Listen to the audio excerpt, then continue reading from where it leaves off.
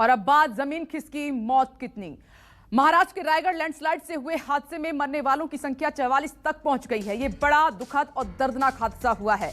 मलबे में अभी भी कई लोगों के फंसे होने की आशंका है। एनडीआरएफ की 18 टीम इस वक्त रेस्क्यू ऑपरेशन में जुटी हुई हैं। महाराष्ट्र के मुख्यमंत्री उद्धव ठाकरे हादसे का जायजा लेने के लिए दोपहर 12 बजे रायगढ़ जाएंगे और सीएम महाड जाकर बाढ़ पीड़ितों से मुलाकात भी करेंगे। ये कल की तस्वीरें हैं। बहुत जोरदार बारिश हो रही है। तकरीबन 3-4 दिन से, हफ्ते भर पहले से ही मौसम विभाग ने अलर्ट जारी कर दिया था कि इन इलाकों में खतरा है, जोरदार बारिश हो सकती है और ये पूरा पहाड़ी एरिया है। पहाड़ दरका और बड़ा हादसा हुआ है।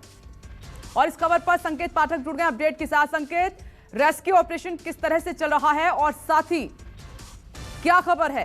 क्या सभी का रेस्क्यू कर लिया गया है या अब भी लोग फंसे हुए हैं? मौत का आंकड़ा क्या कह रहा है? जी देखिए, कल रायगढ़ जिले में भारी बरसात हुई थी, जिसके वजह से जो महाड़ तालुका है वहां पर कई गांव जो पहाड़ी के किनारे बसे हुए थे वहां पर लैंडस्लाइड हुआ था। और अब तक की जो खबर है एनडीआरएफ के मुताबिक करीब 44 लोगों के शव मलबे से निकाले जा चुके हैं और अभी भी रेस्क्यू ऑपरेशन इस वक्त चल रहा है। आपको बताऊं कि तलई और करनाल 2 गांव हैं जहां पर ये लैंडस्लाइड हुआ है और 33 शव अकेले तलई गांव से निकाले गए हैं, जबकि करनाल से 11 शव निकाले गए हैं। तो 44 लोगों की अब तक मौत की खबर है। वहीं दूसरी तरफ 18 से ज्यादा जो एनडीआरएफ की टीमें हैं, इसके अलावा सेना की भी मदद वहां पर रेस्क्यू ऑपरेशन में ली जा रही है। साथ ही साथ आपको बताऊं कि जो रेस्क्यू ऑपरेशन है उसमें बेहद दिक्कतें आ रही हैं, क्योंकि बरसात अभी भी इस वक्त हो रही है और ये पहाड़ी इलाका है, वहां पर रेस्क्यू करना आसान नहीं है। यही वजह है कि लगातार जो टीमें हैं वो कोशिश कर रही हैं कि ज्यादा से ज्यादा लोगों को निकाला जाए। अभी तक की जानकारी के मुताबिक करीब 40 से 50 और लोग ऐसे हो सकते हैं जो इस मलबे में दबे होने की जिनकी आशंका है। वहीं दूसरी तरफ महाराष्ट्र के मुख्यमंत्री उद्धव ठाकरे भी 12 बजे के बाद महाड़ पहुंचने वाले हैं, जहां वो राहत बचाव कार्य का जायजा लेंगे। वहीं साथ ही साथ रेस्क्यू ऑपरेशन को किस तरीके से तेज किया जाए, इस बारे में भी मुख्यमंत्री लगातार वहां के कलेक्टर और अधिकारियों से बातचीत कर रहे हैं। तो फिलहाल रेस्क्यू ऑपरेशन चल रहा है और अब तक करीब 44 लोगों के शव निकाले जा चुके हैं। संकेत पाठक, शुक्रिया अपडेट के लिए। बड़ा दर्दनाक हादसा, अब तक 44 जिंदगियां मौत के गाल में समा गई हैं। 12 बजे सीएम पहुंच रहे हैं जायजा लेने के लिए। भारत के पश्चिमी हिस्से में मानसून की बारिश आफत बनकर बरस रही है। महाराष्ट्र के रायगढ़ में भारी बारिश के बाद लैंडस्लाइड की घटनाओं ने कई लोगों की जान ले ली है, 44 लोग। वहीं केरल में मुन्नार में लैंडस्लाइड से काफी नुकसान हुआ है। इसके अलावा महाराष्ट्र और साथ में जो पड़ोसी राज्य हैं कर्नाटक, वहां पर भी आसमान से मुसीबत लगातार बरस रही है। और बेलगावी में लैंडस्लाइड की चपेट में एक रेलवे लाइन भी आ गई थी। रेलवे लाइन पर एक ट्रेन भी खड़ी थी। गनीमत थी कि ट्रेन में बैठे मुसाफिरों को कोई चोट नहीं आई है। बारिश का पानी और मलबा ट्रेन के अंदर भी घुसा है। और वहीं कर्नाटक के उत्तर कन्नड़ जिले के कई गांव बाढ़ की चपेट में हैं। लोगों को निकालने के लिए हेलीकॉप्टर का इस्तेमाल किया जा रहा है। यहाँ लोगों का काफी सामान पानी में बह चुका है। ये तस्वीरें आपको पूरी कहानी बयां कर रही हैं। और वहीं आंध्र प्रदेश की बात करें तो आंध्र प्रदेश के कृष्णा जिले में कृष्णा नदी उफान पर चल रही है और नदी का पानी रिहायशी इलाकों में घुस गया है। पानी की वजह से फसलों को काफी नुकसान हो रहा है। और वहीं राजस्थान के झालावाड़ में भी बारिश के बाद नदियां उफान पर हैं, डरा रही हैं उनकी लहरें और नदियों का पानी सड़कों पर इस वक्त बह रहा है। रायगढ़ देख लीजिए, मुन्नार, केरल, बेलगावी, कर्नाटक और इधर आंध्र प्रदेश और राजस्थान, एक जैसा ही हाल हर जगह।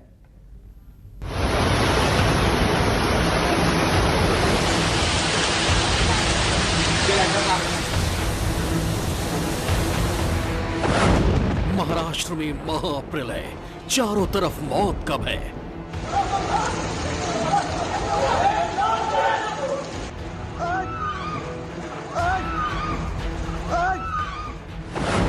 शहर शहर समंदर, सैलाब आया घर के अंदर।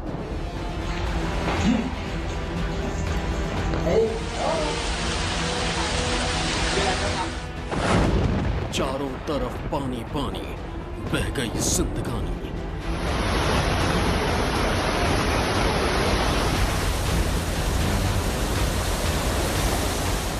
महाराष्ट्र में कितना बड़ा महाप्रलय आया है, ये एक तस्वीर इसकी सबसे बड़ी गवाही है। अरे बाप रे! तस्वीर रत्नागिरी जिले के चिपलून की है, जहां पिछले कुछ दिनों में बाढ़ ने मानो बर्बादी की इंतहा उठा रखी। अरे बाप रे, अरे अरे अरे बाप रे। महाराष्ट्र में आई बर्बादी की बाढ़ अब आम इंसानों को निगलने लगी है, जहां पहाड़ी चट्टान खिसकने की वजह से 2 अलग-अलग घटनाओं में करीब 37 लोगों की मौत हो गई। मलबे में अभी कई और लोगों के दबे होने की आशंका है। बताया जा रहा है कि लगातार हो रही बारिश की वजह से लोग अपने घरों में थे, तभी ऊपर की पहाड़ी से गिरे मलबे ने यहाँ के कई घरों को अपनी चपेट में ले लिया।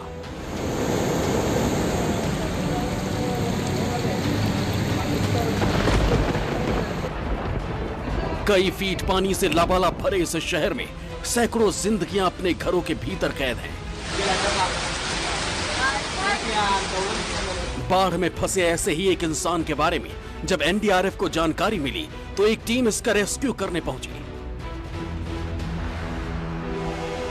इस इंसान को टायर में बांधकर रस्सियों के जरिए ऊपर लाने की कोशिश की जा रही थी, मगर जैसे ही ये लगा कि इसकी जान अब बच जाएगी, तब कुछ ऐसा हुआ। अरे बाप रे, अरे अरे बाप रे। बाढ़ ने इस छोटे से शहर में कैसी तबाही मचा रखी है, इसका खौफनाक मंजर इस एक तस्वीर में कैद है। इस घर के लोग जल्द से जल्द यहाँ से बाहर निकल जाना चाहते हैं। वजह साफ है कि घर के अंदर करीब गर्दन तक पानी जमा हो चुका है और ये हर सेकंड बढ़ता ही जा रहा है।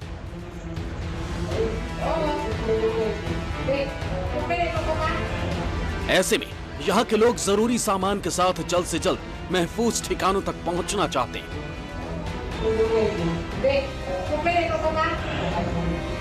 जब घर के भीतर ही दरिया बहने लगे तो भला शहर को समंदर बनने से कौन रोक सकता? चिपलून के हालात भी कमोबेश ऐसे ही है। लगातार बारिश होने की वजह से शहर के कई इलाकों में इतना पानी भर चुका है कि इसकी धार में लोहे की भारी भरकम गाड़ियां खिलौने की तरह बह रही हैं।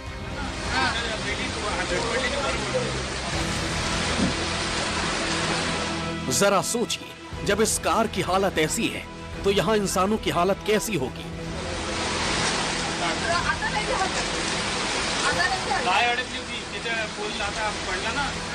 घर और गाड़ियों की तो छोड़िए, कुदरत के इस कहर के सामने यहाँ के अस्पताल तक महफूज नहीं। देखते ही देखते यहाँ के कोविड केयर सेंटर में इतना पानी भर गया कि आनन फानन में मरीजों को यहाँ से निकालना पड़ा।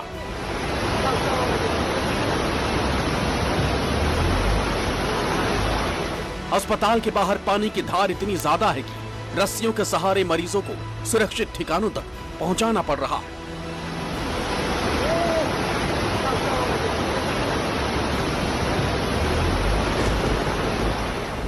ठाणे के कल्याण में उस वक्त हड़कंप मच गया जब पानी की तेज लहरों के बीच यहाँ के नदी में लोगों ने शव को बहते देखा।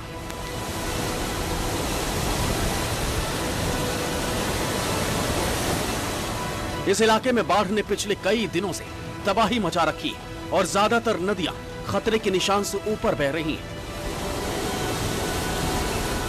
लोगों का कहना है कि नदी की लहरों के बीच आए दिन यहाँ इंसानी शव तैरते नजर आते हैं।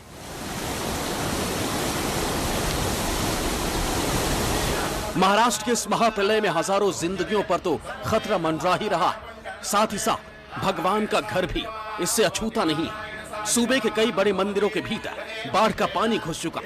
पुणे के प्रसिद्ध भीमाशंकर मंदिर और कोल्हापुर के नरसोबाची वाडी मंदिर के गर्भगृह तक सैलाब पहुंच चुका है, जिसकी वजह से यहाँ आए श्रद्धालुओं और पर्यटकों को सुरक्षित बाहर निकालना पड़ा। 12 ज्योतिर्लिंगों में से महादेव के भीमाशंकर धाम के गर्भगृह तक बाढ़ का पानी घुसपैठ कर चुका है। हालात इतने बदतर हैं कि घुटने तक पानी के बीच श्रद्धालु अपने आराध्य की पूजा कर रहे हैं, जबकि मंदिर के परिसर की हालत तो और बुरी है। जहां कई फीट तक पानी जमा है। लगातार हो रही बारिश की वजह से हालात और बिगड़ने की आशंका जताई जा रही है। तस्वीरें कोल्हापुर के नरसोबाची मंदिर की है।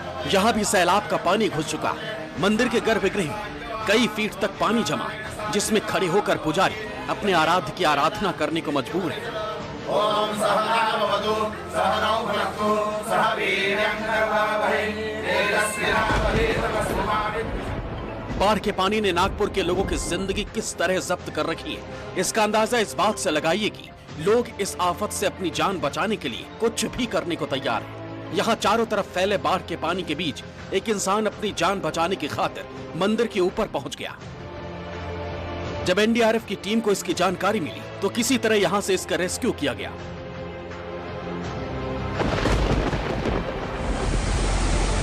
हर दिन हजारों पर्यटकों से गुलजार रहने वाले महाबलेश्वर के हालात इन दिनों ऐसे हैं कि कब क्या हो जाए कोई नहीं जानता। पहाड़ों के ऊपर से बहते पानी की तेज धार ने यहाँ के एक बड़े इलाके को जलमग्न कर दिया, जिससे कई पर्यटक यहाँ फंस गए।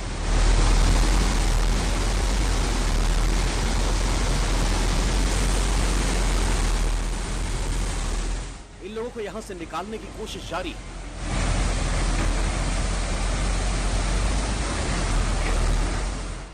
सावन से पहले आए सैलाब ने बर्बादी का सितम ढा रखा है। उत्तर से दक्षिण और पूर्व से पश्चिम तक के कई सूबे समंदर बन चुके हैं और शहर और गांव बन चुके हैं टापू। वैसे तो बेदर्द बाढ़ का ये कोहराम सैकड़ों जिंदगियों को निगलने पर आमादा है, मगर इसका सबसे बड़ा कहर महाराष्ट्र पर ही टूटा है। दीपक दुबे, मुंबई न्यूज़ 24। अरे अरे अरे और इस रिपोर्ट के साथ एक छोटा सा ब्रेक, फौरन लौटेंगे, देखते रहिए। नमस्कार, मैं हूं मानक गुप्ता। अगर आपको हमारा ये वीडियो पसंद आया हो तो इसे लाइक और शेयर जरूर करें, और हां, हमें सब्सक्राइब और फॉलो करना ना भूलें ताकि आप देश और दुनिया की कोई खबर मिस ना करें। तो जुड़े रहिए हमारे साथ और देखते रहिए न्यूज़ 24।